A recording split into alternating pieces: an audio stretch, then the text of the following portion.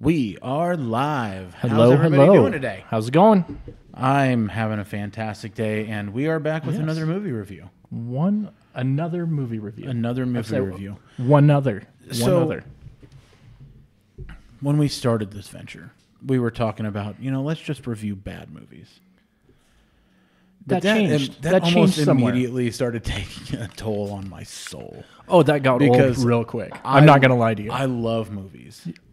Right. We both do. That's kind of one of the things that brought us together as friends when we found out that the other one was dating their wife's good friend. Right, exactly. Right? Our wives have been friends for a long, long time. They even worked together for a period of time before we married our respective significant others. Our beautiful, beautiful wives. Yes. And we found out that, we had a similar taste in movies. Yes. And I would say it was like we bonded over. I was going to say it was like a bad Friends episode where that almost, yeah. They bring their, significance other I was together married already. Right. And my wife was like, "Hey, we should hang out with Shayla and her new boyfriend." I was like, yeah. Are you really? Like, come on. Are we doing this? Really? We're doing this. Okay. And but man, 60 I mean we somewhat lost touch over time because life happens. Life. But I mean we've been friends for 16 years. Yeah, very much. Right yeah, in that ballpark. Right. You were at my wedding. I was. I wasn't at yours. You weren't at I'm a little I'm offended. That was BW. I'm offended that your wife didn't make choices better. Listen, I can't knock her choices before you. Okay. I'm offended that she didn't make choices that were better than you earlier than she did. Right. BT before Tucker. Right. That's me looking at you, yes. Tucker's wife. Yes. Hello, my beautiful wife. Yes. But we have similar tastes in movies. Although and we even have, to an extent, a similar taste in music. Yes. As far back as that goes, I'm an old punk rocker, and I can't let that go. And I think one of the things that made me go, you know what, I do think that I can be really good friends with this guy. Right. Was when you had some Bouncing Souls played at your wedding reception. Yes. And You're so welcome. from You're welcome. that that was point just on, for you. I was like, this guy, I already thought you were pretty cool. Right. But I was like, he's cooler than I thought he was. Anybody that drops Bouncing Souls at the wedding, I couldn't get away with it. And you did. So I was like, dude, this guy, we're gonna be friends for a long time. Yeah, for life. Yes. Friends for life. BFFs, as they say. Yes. As the kids say these days. Yeah. As all the hip kids say. Yeah. So yes, we started on this journey of watching bad movies, and quickly I was like, I don't just want to watch bad movies. Right. I was like, watch good movies too, because it got to a point where I was like, I don't feel like watching movies. Yeah, I was like if and this is a particular time of year. It's award season, right? This is the very beginning of award season, so there's less bad movies unless you want to watch a holiday themed movie. Right, exactly. And it's getting and back the bar into in my mind is set so high with holiday themed movies. There's like 5 that are any good, and the rest of them are complete garbage. Maybe 7. Either way, fair enough. Coming soon. Yeah, first week in December, I think we'll do a holiday special. Tucker in the Beard. I love it. Holiday special. Sounds good to me. A very Tucker in the Beard holiday season. Yeah, exactly. But so I'm glad that we're kind of transitioning into just going and seeing movies in general. They might be good. They might be bad. Because every now and then, I think a movie that we know is both going to be bad comes out, and I go, listen, it's bad, but I still kind of want to see it. Right. No, I think one of my personal favorite things in regards to movies is watching a movie that you think is going to be complete garbage and being pleasantly surprised. Yeah. That is one of the best because it's even things better. Ever.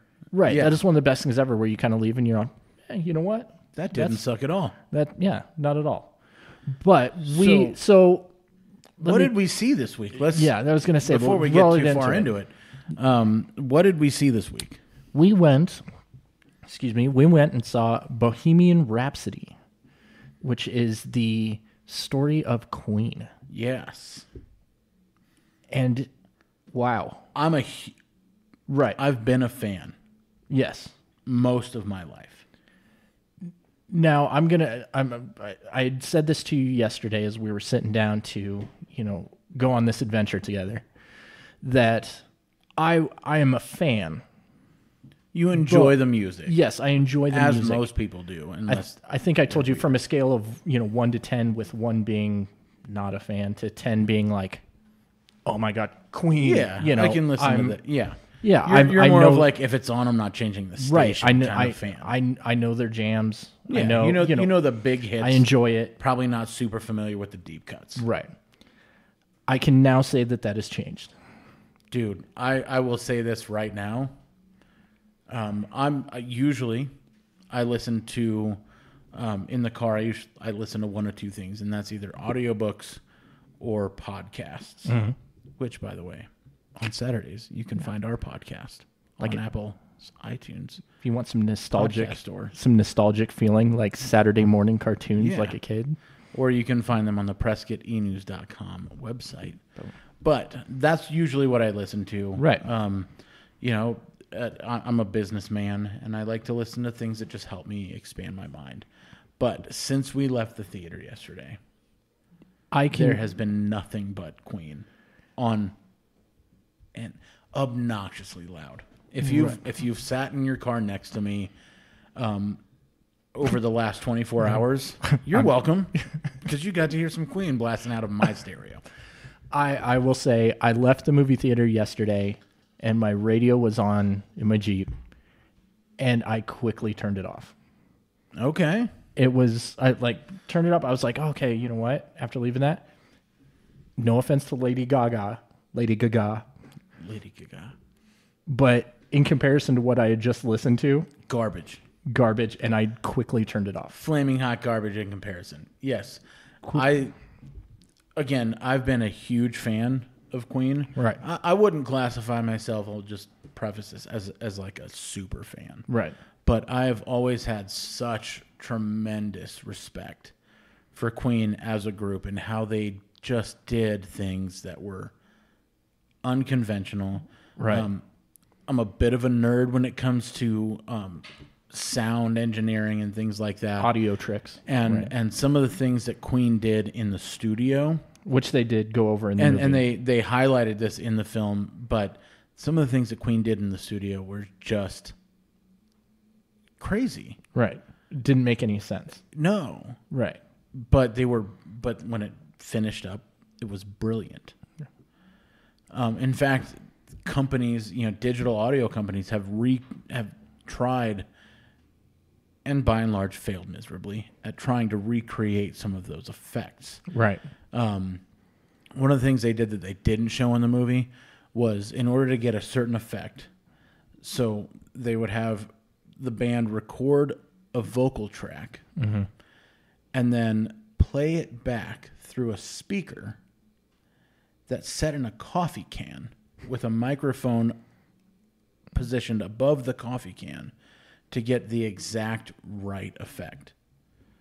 See, and it showed so many crazy things. They would put, coins on the drums, and they would throw things around the studio just to get these effects that simply cannot be recreated in a digital format. They can't. You can try real hard and get real close, but you can't catch that lightning in a bottle. Right. Oh, they did highlight some of the stuff that you're just kind of like, that's insane. And that they just were kind of allowed to be crazy with it, and thinking that they were going to fail at it. Yeah. And did quite the opposite.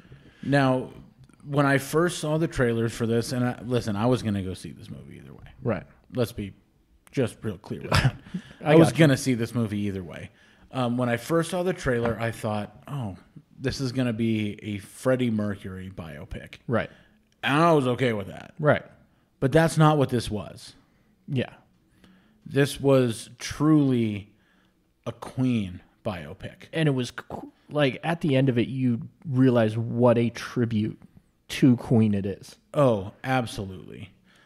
Just hands down how they needed each other, and that it was about Queen. They were what might be one of the last truly great bands of all time. and what I mean by that is not that there haven't been great bands since that have made tremendous music, Right. but the way that they actually considered each other family, I don't know that it's been recreated since. Right. How they actually viewed each other on a personal level. Did the movie take some artistic liberties with some things? Yes. Right. And only a certain number, certain level of fandom is going to know Right. what those, in some, they're big details. But again, I get that they were trying to make a movie about this. Right. And they have to kind of highlight, some things or make it more, artistic vision of it than, they had to alter some timelines to make some things more dramatic. The biggest of which I will say is, I think we all should know at this point that Freddie Mercury died of AIDS in 1991. Right. I don't know how to break this to you. Right. If you didn't know. I'm sorry. Now you know. But Freddie Mercury died of AIDS in 1991. Right. But he was diagnosed almost 2 years after Queen's epic performance at Live Aid, which in 1987 he was diagnosed with AIDS and he died about about 4-ish years later. The movie kind of puts that in a different timeline, and again, it's to add some drama, it's to add some effect. I get why they did it that way. Right. And there's a couple, again, some things that they took some liberties with as far as the timeline is concerned.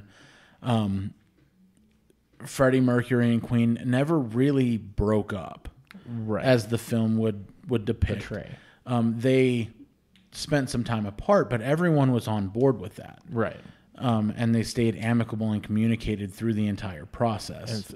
By the movie, it's more it made it seem a little bit more dramatic, and I get why they did it. Most of everything else was pretty spot on. I was going to say it was more like the Justin Timberlake story in that sense, where it was like him breaking up in sync because he went solo. Yeah. They introduced a Yoko Ono type character in the film, and it wasn't quite that way. Queen never truly broke up. Yes, Freddie did record some solo albums, but so did Roger Taylor, their drummer. Brian May, their guitar player, featured on several albums, and he did his own thing. Almost everyone in the band did their own thing, and that's one of the cool things that I think about Queen is that they all collaborated heavily. They were all awesome in their own right, and then I would say, and just kind of going into it, I left that going, oh my god, I forgot that was Queen's song. Oh my gosh, I forgot that was Queen's song too. And kind of going, how many hits that they actually brought to the table? So many. And for me, and this is exactly what I told my wife when I got home. I'm not usually a huge proponent of seeing a film in the theaters more than once. That's just not usually my. Listen, I would go back. I would go back. Not would. I told my wife, I was like, we are going to see this movie again, you and me, because if you've never had goosebumps for nearly 2.5 straight hours, constant, this movie will give that to you. And for me, it was the very moment that I heard. His name's different. Brian May's signature guitar tone, and for the music geeks in the audience, you'll understand that. That he had a very, very distinct. If you hear that sound, you know that it's Brian May. Okay. From the moment I heard, and this was in the band that he was in before he met up with Freddie Mercury. But he still had that signature guitar tone. And so from the very moment I heard that, the goosebumps were nearly nonstop. It was a beautiful movie. Oh, yeah. No, it was fantastic. I think one of the cool things, just the beginning of the movie and the end of the movie are at the same exact place. Yes. And I kept on thinking about that. That was really cool the way that they did it, because it is at the Live Aid concert. Yeah, and while I've watched that concert footage before, Right. many times. I watched it again late last night with a completely different appreciation. I've watched it twice since. I watched it last night and I watched it today. And just kind of going, they nailed it. Recreated that performance. Right. And almost the entire performance was in the movie. Right. I think they cut out one song? Down to one thing I noticed, because I noticed it during the performance. The Pepsi cups on Even top the of the Pepsi cups and the two plastic cups of beer that are sitting on top of Freddie's piano are in the same. He goes and adjusts the volume level on the piano and the monitors, they recreated this film or that segment in this film so beautifully. Right. So like I can say that, and I'm probably going to butcher the name, and I'm sorry, but Rami Malek. I don't know that there's so in case you didn't know, the original bid for Freddie Mercury in this film was Sacha Baron Cohen. Okay. Who, don't get me wrong, because he is such a chameleon, I think he could have done very, very That's well what I was like. in this film. I'm not a huge Sacha Baron Cohen fan. Nor am I. I think it wouldn't have been a horrible But he's choice. a chameleon. He can do a lot of different things, but oh my goodness, am I glad that they replaced him with Rami. Well done. Rami, I don't know. Next Oscar winner. That's his name. Yeah. Well, we were walking out of the theater and I said, if this doesn't get nominated for several Oscars, then the Oscars have zero. Yeah. They have very little validity to me as they sit right now.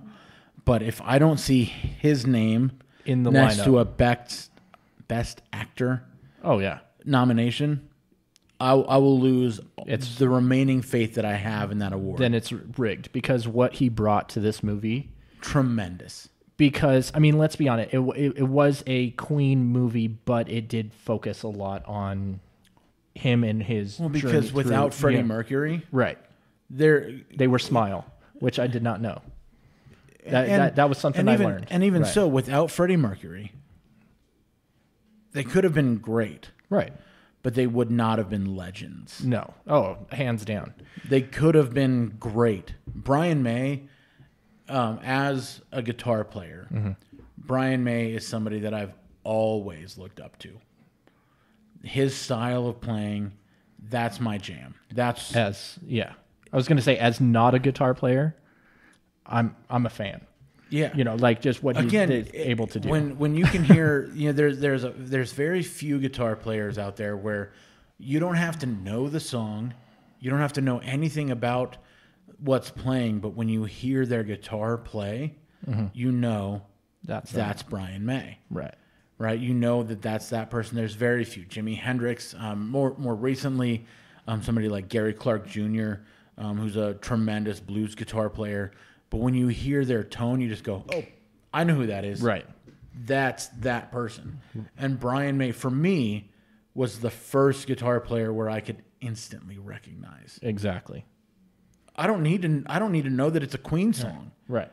But I hear that guitar and I know that it's a Queen song. You're just like, wait a minute. Right. I just know. Right. There've been a few guitar players over the course of the years who have tried to emulate that and emulate his playing style, and I appreciate that. One that comes to mind right now is Frankie Arrow of My Chemical Romance. Definitely took heavy influence from Brian May in both his guitar style and the tone that he tried to achieve. And even though he did a pretty good job, it never tricked me. Well, and as a fan, it never, I was like, oh, I see what he's trying to do. Right. And it's like, and we wrote down the thing, but the actor that played him, Gwendolyn Lee. Holy cow, one of the best casting options I've seen in years. I think I told you, I was like, is that his son? Right? It's spot on. His nephew something, but oh my goodness, did they make that look amazing. And this was one of those movies, and I mean, Craig, I'm guessing you're going to agree with me on this. Like, you find yourself in. 100%. You're just, like, you're not... Full disclosure, there was one point in the movie, again, we both work full-time jobs. I had a busy morning. there was one point in the movie where I no longer had an option. I had to visit the little boy's room. Right. And I was sad. Because I had to take a break and I didn't want to. And the point that you left at was when Freddie Mercury comes out. There was never a good point in this movie to take a pee break. Were they married or just engaged? It was hard to tell in the movie. Yeah. I don't what you know have to realize, history-wise. Mary Austin, and this is another thing. There was never really a separation or a between Mary and Freddie. Right. They remained friends the entire time. Right. And they even say that at the end of the movie. And there's a little bit of what somewhat might call straight washing in the film. Freddie was pretty always open about his sexuality in that aspect. And I don't think anyone was ever convinced. He had such a distinctive way of moving. One of the things that I loved was how they, especially if you go back and you can find a really good copy on YouTube of their Live Aid performance, which prior to the last time I watched it, which was about a year ago, right? I watched this one stream of their Live Aid, and it had about 150,000 views on it. If you go back and look at it right now, it's got 70 million views on it. I was going to say, but the way he holds his microphone when he's not playing the piano, where he has essentially a part of the boom microphone stand that he just walks around with. Right. I love how they explained how he came up with that, which was one of his first gigs with what was Smile. Right. At the time, his first performance, and it broke. It just broke, and so he carried it around. Right. Well, he continued that throughout his entire career. Right. And I loved how they brought that in there. And I think that they kind of minimized in some ways his relationship with Mary. Right. Because again, spoiler alert, Freddie Mercury wasn't straight. Right. But I think his household. But he had that marriage and relationship with Mary early on in his career. Right. And he never lost 1 ounce of love for that woman. Right. Nor did she lose 1 ounce of love for that man. Right. Was she probably shocked and a little hurt?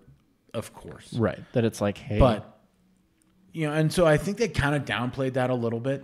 I think that they handled it really, but really I think well, they did a good job with handling it. Right. Absolutely. With him, coming out to her, and she was not surprised. She had, that she had known for, a long time and so on and so forth. And that it was kind of but I think that's when it came back and I was like, hey, I don't want to ruin anything for you.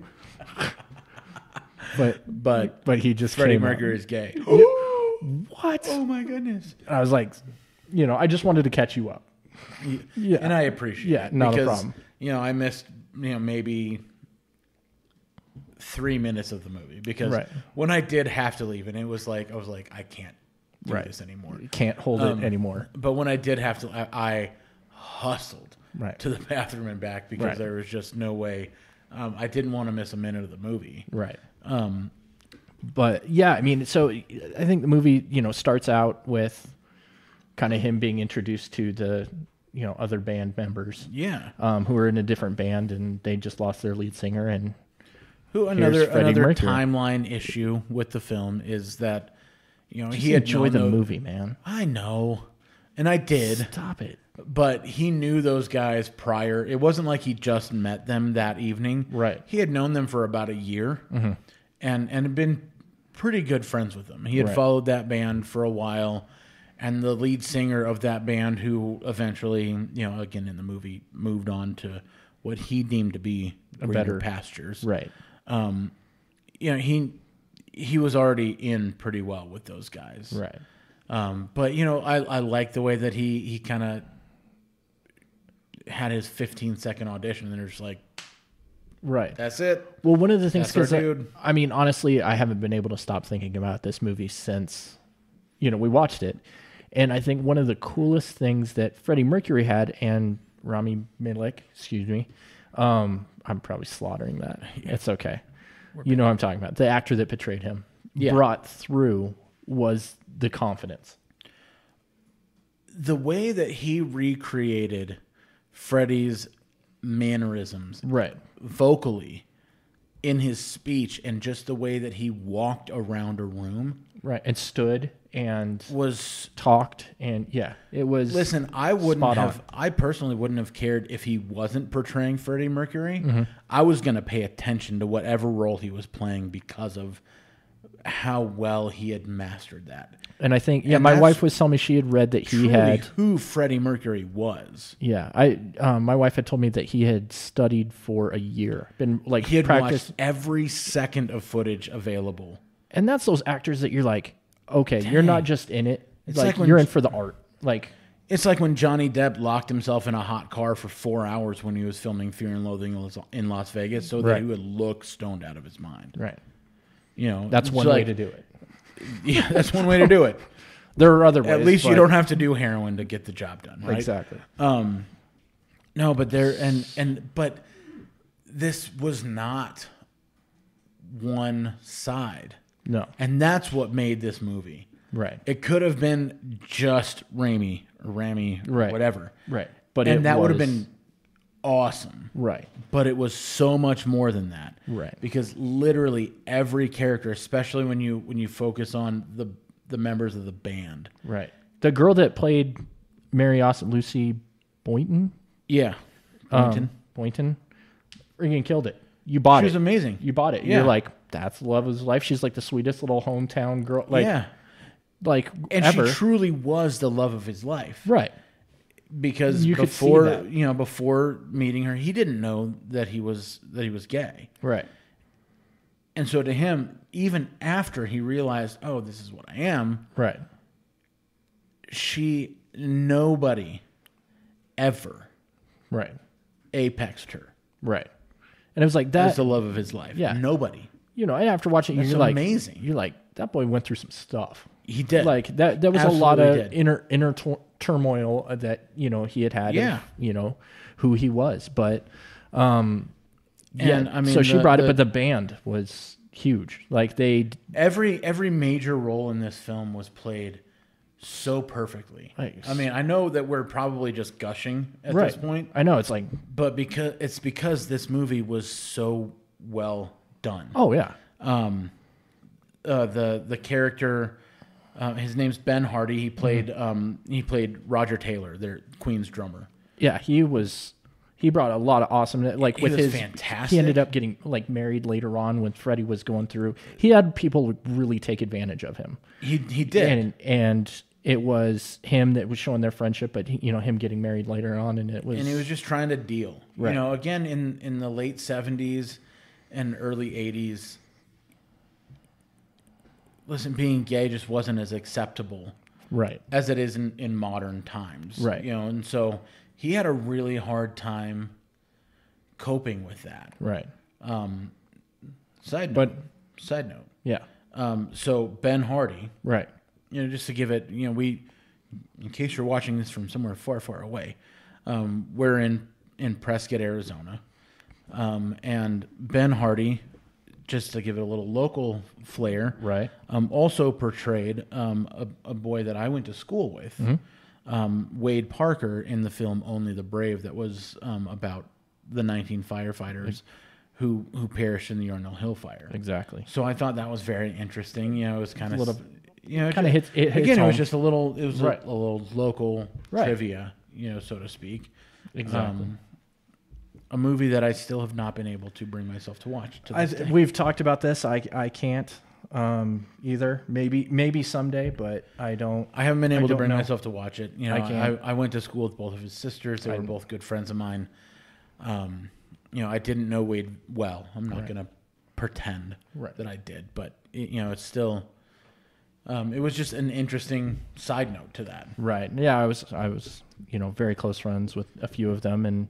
It's just too close to home. So maybe For someday. Sure. Maybe someday. And then John Deacon was portrayed by a man named Joseph Mazzello. Who, I don't know if you know this, Little Timmy. Little Timmy from Jurassic Park. And I think dinosaur both of kid us himself spent a good portion of the movie going, I know who you are. I was like, I don't know this. Why. I was like, I know this guy from somewhere. Like, Yeah. brought it. I was, no question of that. But I was like, God, I know him from somewhere. I know this kid. And it was like, what did I do this morning? 8:00 this morning. Hey, dude, you're not gonna believe it. He calls me this morning. He goes, "You're not gonna believe what I just found out." And I go, Little Timmy. John Deacon was Little Timmy. I think we both came to the realization. If I could have done this, if I could have actually hung up the phone, I would have done just hitting the button on the screen. Yeah, but I was like, that's awesome. Listen, like, it's good for Little impossible Timmy. to give spoilers away on this movie. I think everyone knows, how the film ends. I think that as not meant to be horrible as it was. We're sitting there at the end of the movie, and as American film goers have become accustomed to, we think, well, we have to sit through the credits because there's going to be an after credit scene. And he taps me on the shoulder and he goes, "What's coming up next?" And I go, "I don't think they're trying to set up for a sequel, bro." And we both laughed hysterically and inappropriately. Yeah, it's completely right. Because again, spoiler: the end is evolving. Not happy. Freddie Mercury passed away in 1991, and the music world lost one of the greatest talents they've ever known. And he and I are cry laughing. We're ugly cry laughing in the theater at the end of this movie that has such. Listen, the recreation that they make of Queen's iconic and epic Live Aid performance. Which, it makes me even feel bad for David Bowie, who followed them up. Right. Because there was no... They should have closed... They should have just said, listen... That's it. I know we said there was more... We're going home. But we can't do anymore. Because that should have been just so amazing. And the cinematic work that was done on this film... I don't even know how they... To recreate those moments. Again, I had goosebumps for nearly 2.5 hours. Yeah, and I think that's one of the first things I said to you. I'm like...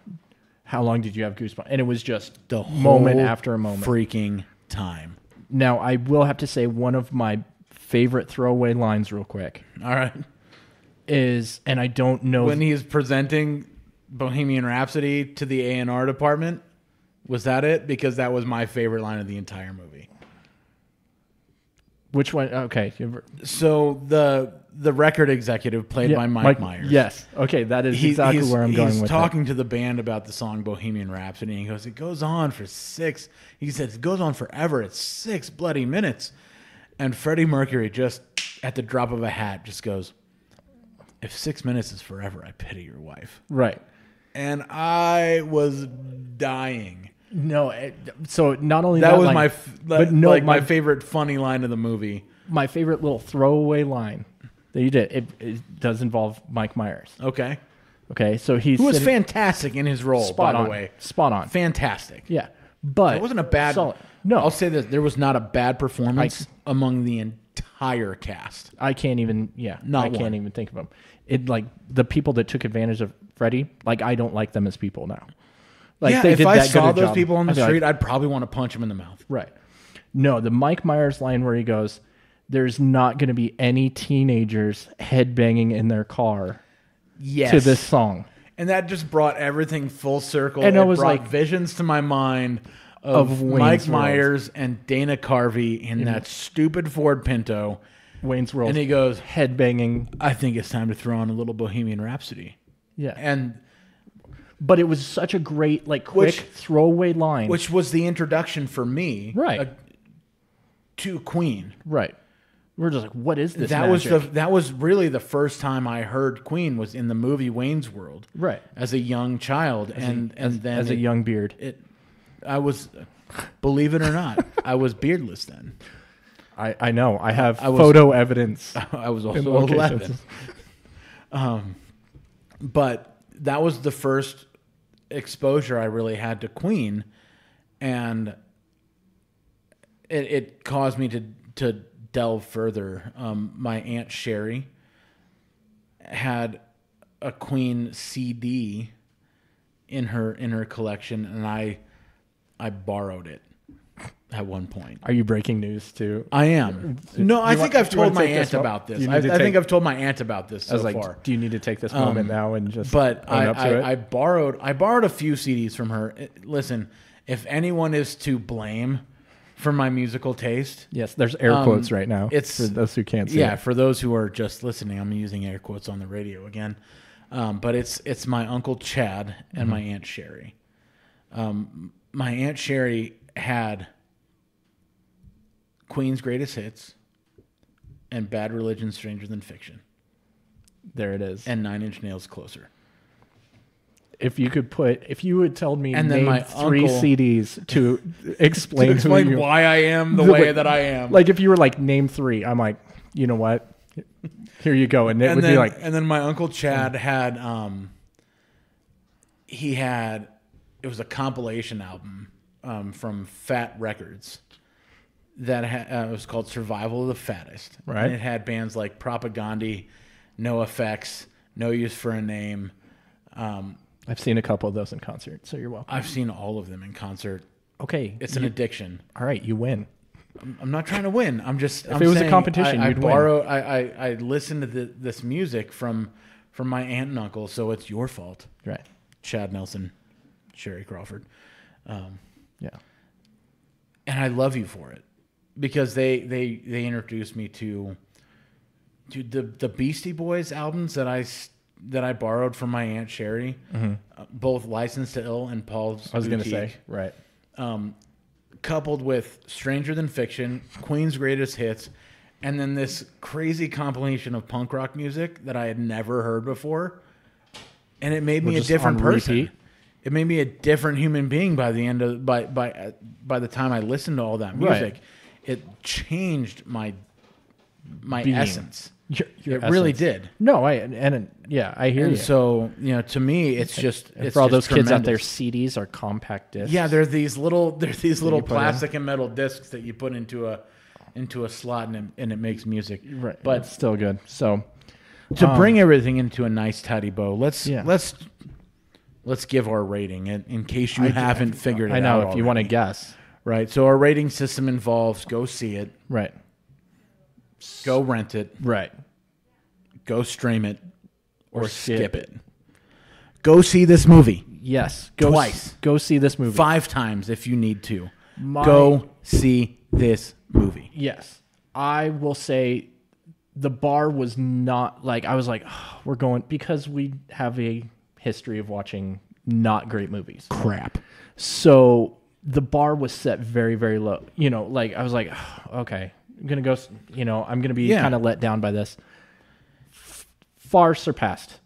And I was strangely happy. For me, the bar was super high. Right. Again, being a fan. Right. A legitimate And it's Queen going to. fan. Right. The bar was insanely high. Yeah. And yet it surpassed my expectations. Yeah. I was hoping for the best. I had tears in my eyes. Yes. I had goosebumps the entire time. Yes. This movie, go see it. Yes. Go see it again and again and again if that's what you need to do, because it's amazing. Right. And if you don't see this with nominations for Best Actors, Best Supporting Actors and Actresses, and Best Film, then screw you, Oscars, because you don't know what the heck you're talking about. Yeah, and Best Music. That's me being family friendly with what I'm trying to say. Right. And I would say, whatever the category is for music compilation. Yeah. Best soundtrack? Done. Best actor? It's over. Done. Best film? Done. I don't know who directed this. Listen, it's the very, very beginning of award season. So let me just put the rest of the directors in Hollywood on notice. Bring it. The bar is that freaking high. Yeah. Because if you don't outdo Bohemian Rhapsody, you came in second or third place. And hey, I feel bad. That's not bad. We didn't even know whoever it is. I'm sitting here kind of going off on my own thing because just for his credit, now, who directed? Because we were looking at the actors. This freaking masterpiece, Bryan Singer. Actually, there's 2 different directors. The director credit went to Bryan Singer. He actually oversaw the filming of about the first 2/3 of the movie, and then through some other circumstances, he had to drop out, and they brought in another guy. His name's not in the credits. Right. That's unfortunate. So That's Bryan Singer will probably be nominated, and if not win, Best Director for this film. Best writer, screenplay. Done. Listen, this film is tremendous. Right. Go freaking see it. Stop what you're doing right now. Take time off in the middle of your workday like we did and go see this movie. That's all we've got for today. He's Tucker. He's Beard. And we will see you next time. Peace.